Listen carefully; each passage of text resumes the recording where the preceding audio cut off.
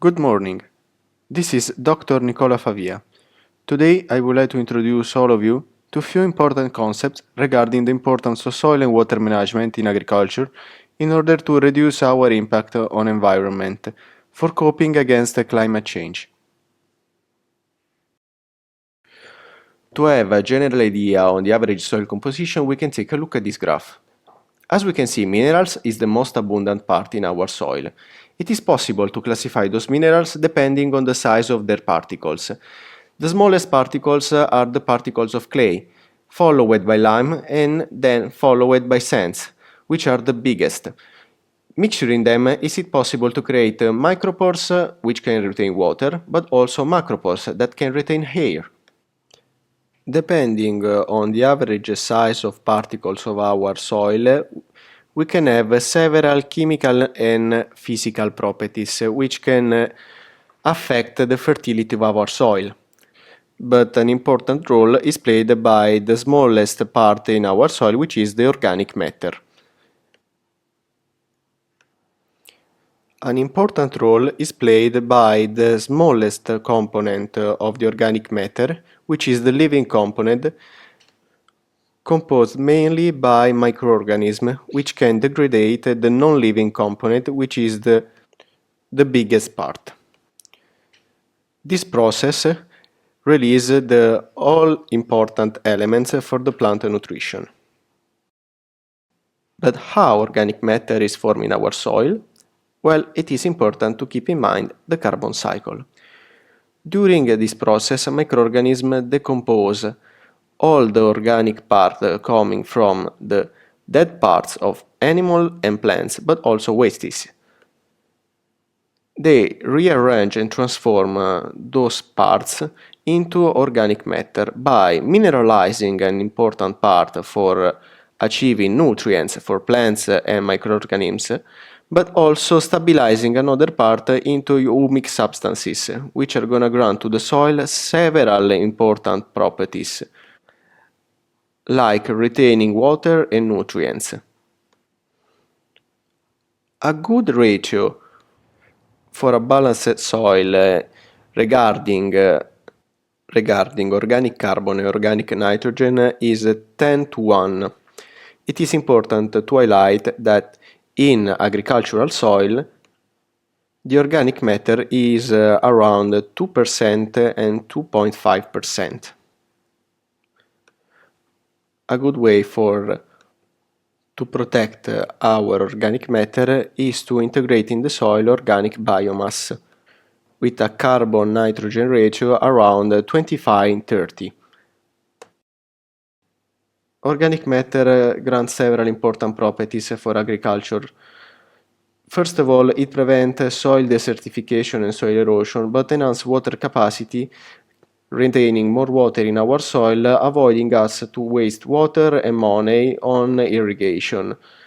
It is important to underline how plowing degrades our organic matter. In fact, if you check on x-axis, it is possible to see how much organic matter is decreased by agricultural operation. The curve number 1 represents a natural soil, and the curve number 2 is the same soil after the first plowing operation. After 5 years, we can see another decrease. And after 15 years, we can check how much the organic matter decreased without being replaced by any kind of form of organic biomasses. Sadly, taking care of organic matter most of the time is not enough. It is also important to know how to save water. The first step is improve our management. Most of times a lot of water is lost because the pipes connecting the water resources in our farms can be damaged. Then it is also important to check the state of our irrigation system. A lot of other things can be done by innovating our farms by applying micro irrigation or high efficiency water saving sprinkles. A lot of softwares are available in commerce in order to help the farmers also to understand how and when irrigate our fields. This approach is called precision agriculture. It is the future of our agriculture. Also, another important thing is to consider which crops are going to be cultivated in our farms. If you don't have enough water for cultivating some kind of crops, it is also important to evaluate drought-resistant crops, which can save a lot of water and give us a better yield. It is important to know that other possible solution can be done by reducing the water transpiration from the soil or from the plant. For example, mulching is a great example combined with the drip irrigation for saving water and reducing the transpiration from the soil to the air, allowing us to achieve better yields. Other important thing to highlight is the application of shading nets in orchards.